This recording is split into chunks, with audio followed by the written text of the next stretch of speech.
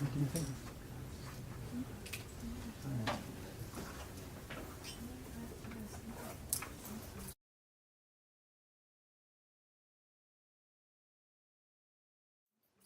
like to welcome everyone to this very important and interesting meeting about Sri Lanka, neoliberalism and the post-war dilemmas.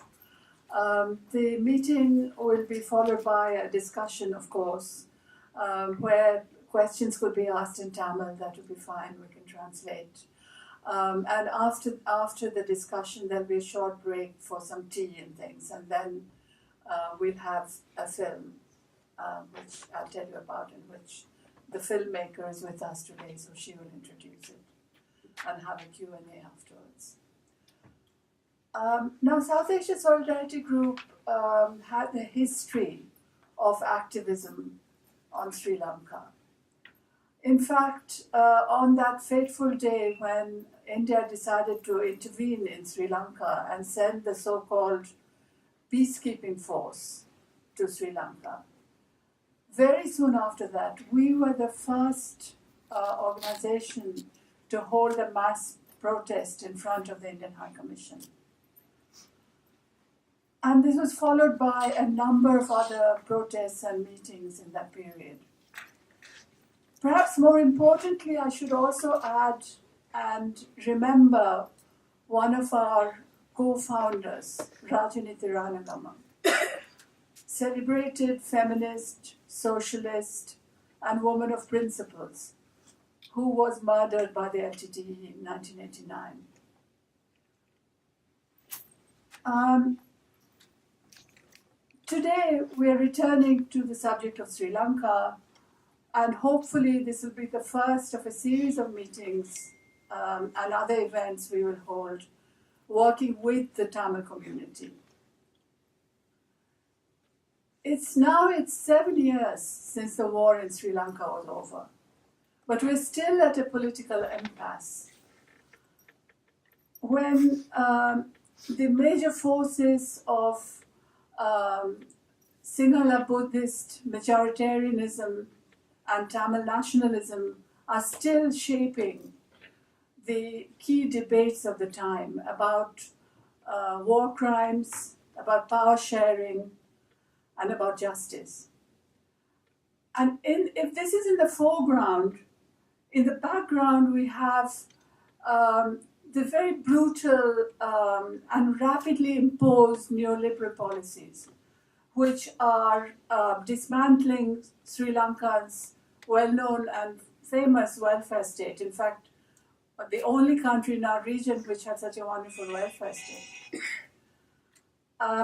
It's also pauperizing and making indebted vast swathes of the population. And the categories like women, Dalits, plantation workers, and the urban and the rural poor are being marginalized more than ever before. So this is the frame within which we must therefore look at some of the key issues today, which are return, rehabilitation, and reconciliation. We have a very good panel here today, who have a lot of experience as well as analysis on the subject. Nirmala Rajasingam from South Asia Solidarity Group, Swastika Arulingam, who is a lawyer, activist, postgraduate law student at SOAS, and Sumathy Sivamohan, filmmaker and poet, and professor of English at Peradeniya University. Sumathy is going to also show us a film she's made about the plantation workers. It's a feature film. And of course, plantation workers are one of those groups who really have, they have always suffered, they've always been marginalized, but their situation is now much worse. So now, without further ado, I'd like to hand over to our first speaker, Nirmala Rajasingam.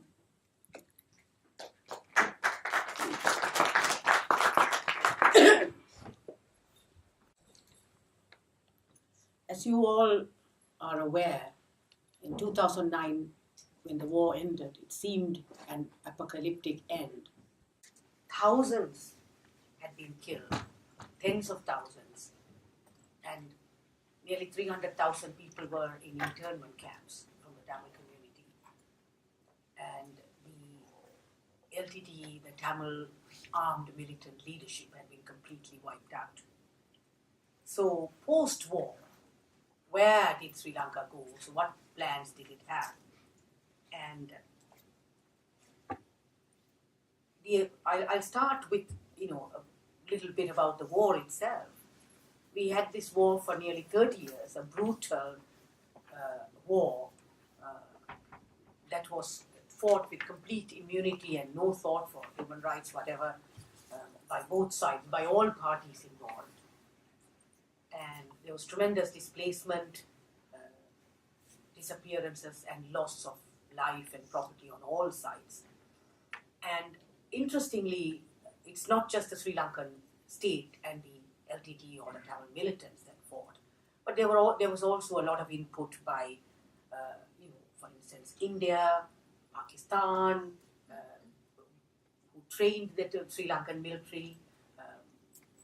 Long time ago, Israel, Shin Bet trained the Sri Lankan military, and so did, ex-SAS commandos from Britain. And India, the US, Britain all gave intelligence and all kinds of support to the Sri Lankan state. And the LTT in its turn, had its own supporters internationally.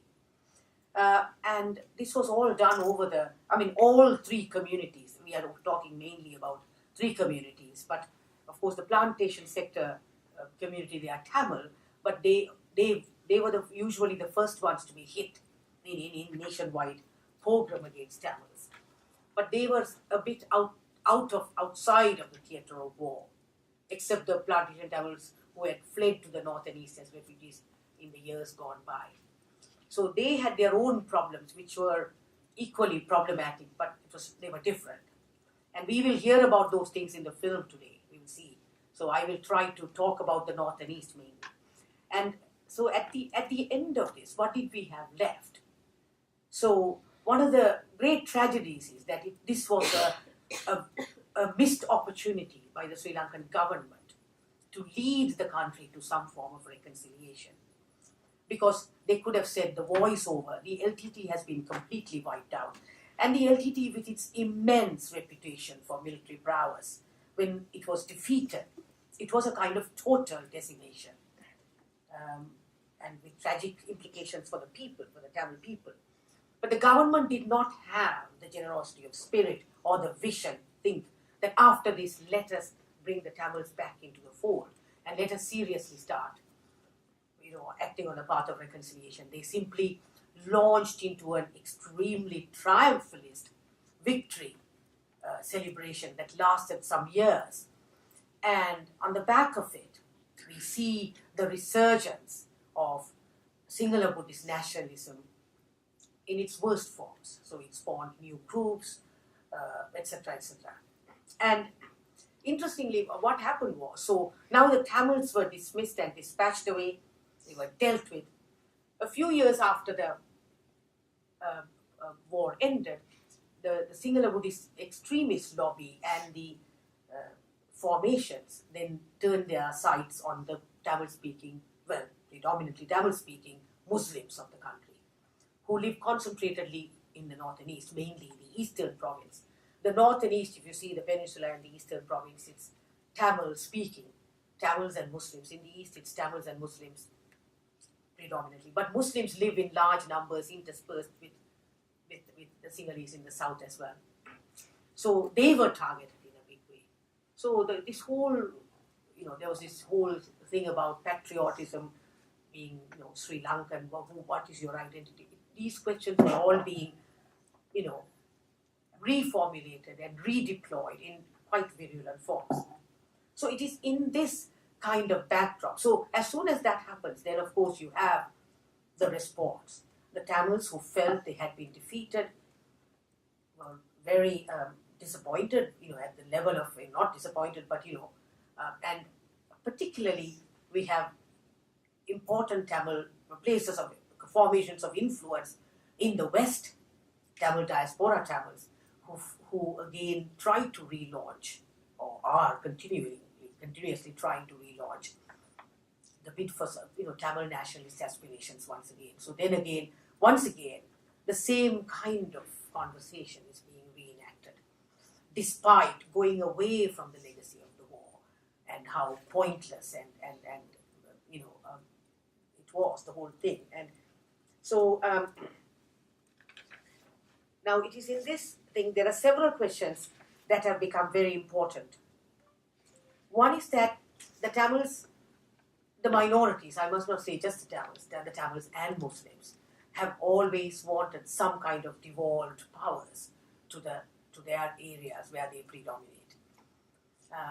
Saying that as ethnic minorities, they are not given this power is not shared. So there's this long quest for some kind of devolution of power for the North and East.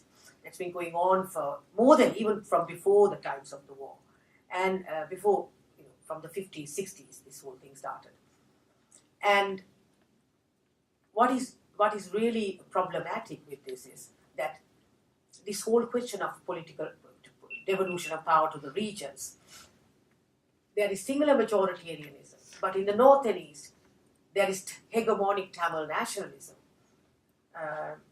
and a kind of Tamil majoritarianism from which Muslims fear. Because during the war, the LTTE wreaked havoc on the Muslim population. There were many massacres on the Muslim population. Just like how the Sri Lankan state went on a violent spree against Tamils time and time again. The LTTE did that to the Muslims in the East. And then there was counter-attacks by Muslims. Sections, small minority sections of the Muslim community who were used by the state to attack Tamils. So this was going on during the war. So in the East, where the Tamils and Muslims lived side by side without conflict for centuries, has now become a place of, constant conflict and difference and etc. etc. So again, it is in this backdrop we are trying to discuss the whole question of devolution of power. But political reform or constitutional reform is what is needed. And there are two things. One is Sri Lanka has an executive presidency, a constitution which gives unsurpassed powers to the president. And there has been a serious bid to reform this and even abolish the executive presidency and move back to a simple parliamentary, Westminster-style parliamentary system. This has been in power only since the late 70s. And I'm giving you the bones of it, and then during discussion, you can ask me more questions and I can fill in the detail. Of course, the other two speakers will do that. So, as well. And the executive presidency, twin things with regard to constitutional and political reform. One is abolishing or reducing the powers of the executive presidency, and the other one is devolving powers. The big question is devolving powers. I mean, there are lots of detail involved in all of this. The big question is, do you devolve power to regions, or do you devolve power along ethnic lines? And which means the North and East, the current big important question is, should there be a Northeast merger as a Tamil-speaking province? And the Muslims, I think justifiably, are very suspicious of this because they are already at the receiving end of Sinhala majoritarianism and they don't want to be in a province with Tamils being the majority and wreaking havoc. So, and the Tamils, of course, want to say you are suddenly Tamils, the Tamil nationalist leadership says, well, you are Tamil speaking, you are part of us, let's do this together. So all these discussions are going on. So that is the big, and one must understand that why these questions all become so fraught, because we have these two huge nationalisms which are constantly spiraling out of control here and there all the time, incidents, which further stimulate antipathies and animosities. So then the questions become poison questions about devolution, about power sharing, about anything for that matter. And the other very fraught question is, of course, the question about war crimes and disappearances. Now, war crimes were committed throughout the war. But the final war, in 2009, when the war ended, the sheer, what shall I say, the opulence of violence during that period was so mind-blowing that people are now have forgotten that atrocities were committed throughout this period. There were huge massacres throughout that period by parties from on all sides. Maybe the Sri Lankans say did more massacres than anybody else, but nevertheless. So now, there is the whole question of how do we pass this and go to a place of reconciliation unless these crimes are accounted for. These crimes are accounted for and there is justice for the people who suffered from this war. Now, all three communities suffered, not just the Tamils. Maybe not as many Muslims and Sinhalese were killed, but they did nevertheless.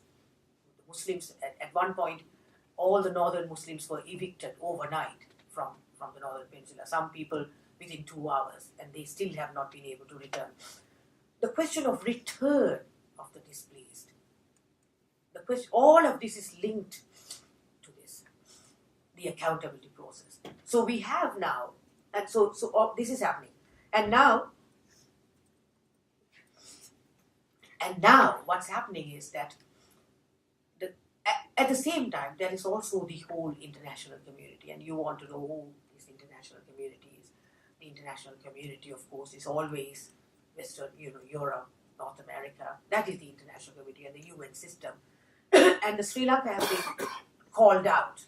You have committed serious war crimes. True.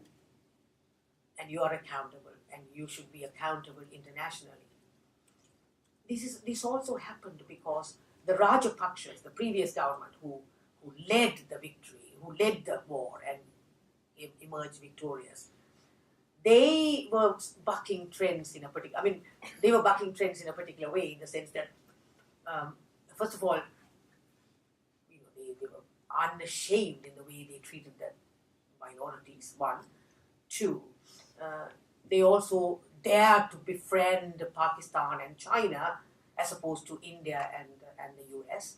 So all these things produced a particular moment when the West said, look, there's always this threat. There's always this threat that, we will call you to the courts, or we will do this or that, but you must be accountable.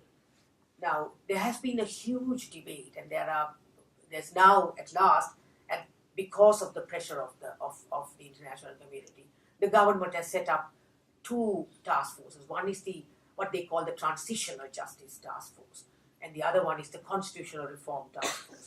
And these task forces have gone around the country, collected information from people, lots of testimonies, and it is incredible. In fact, there have been various commissions, also again because of pressure from the international community, where people, even without witness protection, even without any kind of guarantees, people from the north have gone in the hundreds and possibly thousands. I think the Disappearance Commission had something like 18,000 people give evidence. Single mothers, single women, carrying their children, went and said, this happened, my husband disappeared, this happened. And they did this with the army looking on. And so this has all been completed now. What is the government going to do? The current government, is a kind of a hodgepodge coalition government. It is not it's not stable. As we find that it increasingly becoming obvious to us. There is the Prime Minister, there are 2 parties. The Sri Lanka Freedom Party and the Majoritarian Party are split into 2. The main section is being led by the former president, Mahinda Rajapaksa, who is carrying on the mantle of the Sinhala Buddhist nationalism, and then there is somebody who split away from that, is the current president, and then the United National Party, which has always been a very pro-Western, pro-neoliberal, pro-American party.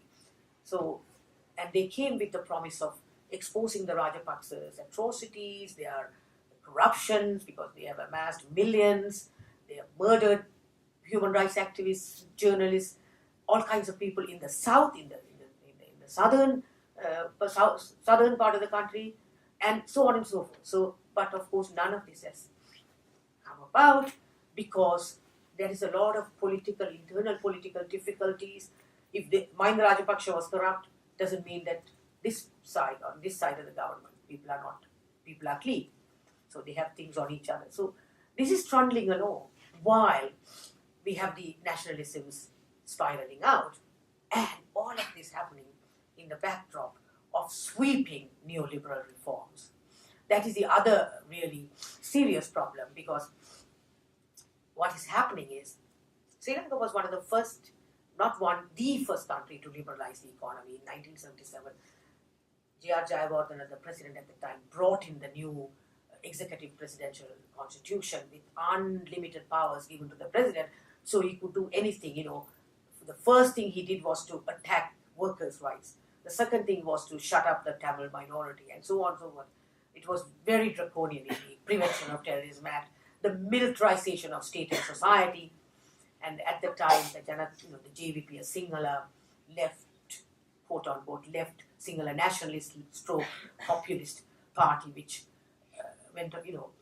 mounted a huge attack on the state, because the state was trying to give some devolution of power to the Tamils, etc. I mean, you will be surprised. In the middle of all this war over so-called ethnic conflict, there was also a war with the JVP in the late 80s, where 60,000 Sinhalese disappeared or were massacred. So the current governments have all this legacy, all this accountability to do. So now this has happened, and now what's happened? So that didn't really take off, that experiment, because of the war, intervening years. Sri Lanka was not an easy place to invest, because there were bombs going off everywhere, all over the south, as well as the north. Now there's a resurgence. I mean, Mahinda Rajapaksa started it off, and this government is continuing. But what is happening is that its neoliberal reforms means rolling back the state.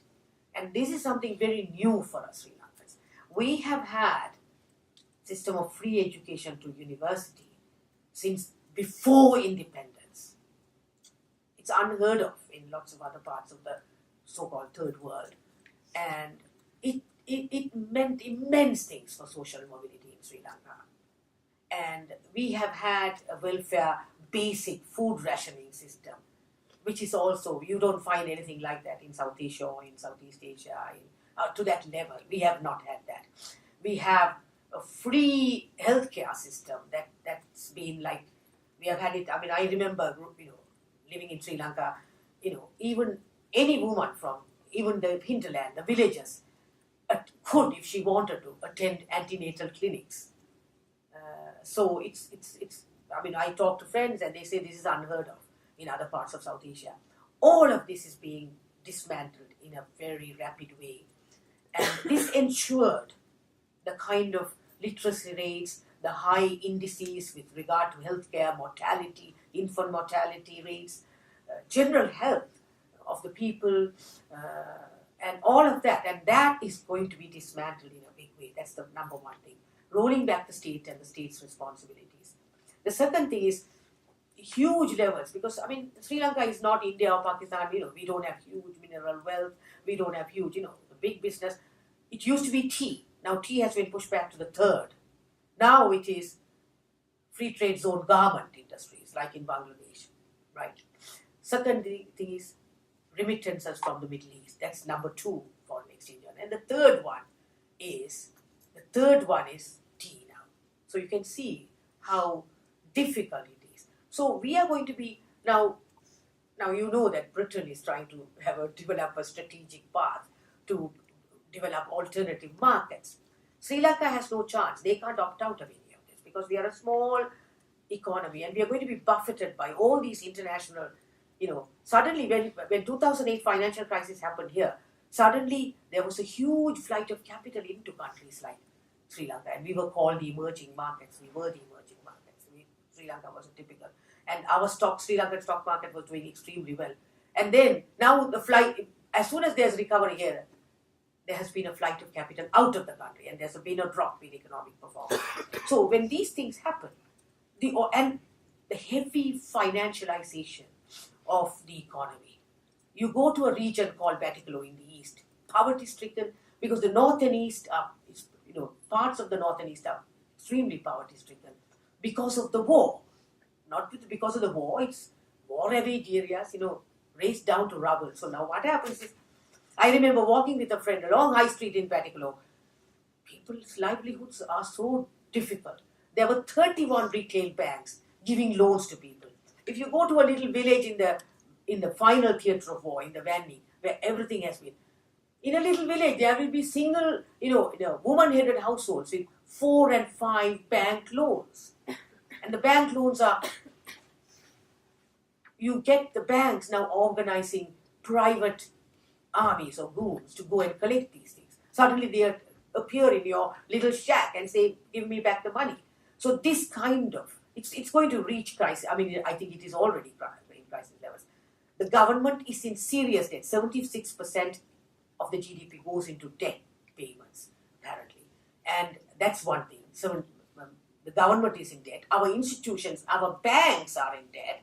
And then, of course, so it is in this backdrop. So financialization, rolling back the state, and of course at the behest of institutions like the IMF and the World Bank, will the Western countries, and of course Sri Lanka is making all kinds of trade pacts now. We have the latest one, which a lot of people are protesting against, with India, called EDCA.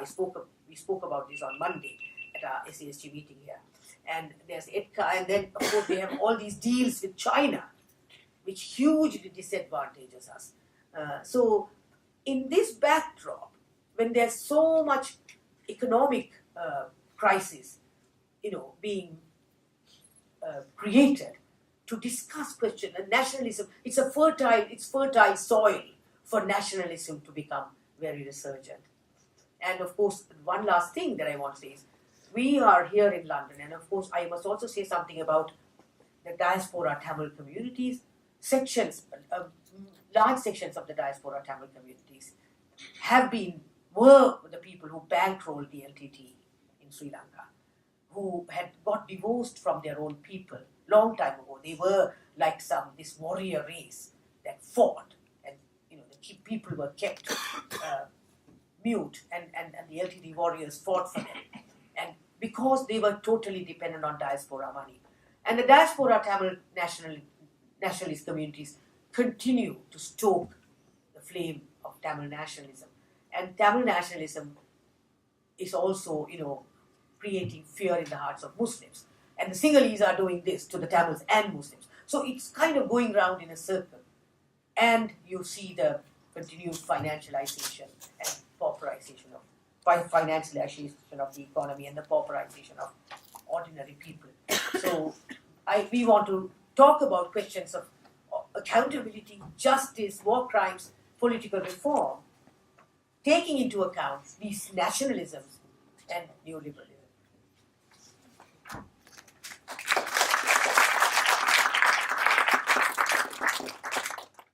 Thank you, Nirmala. I think we'll just go straight on to the other speakers, and then we can have a discussion.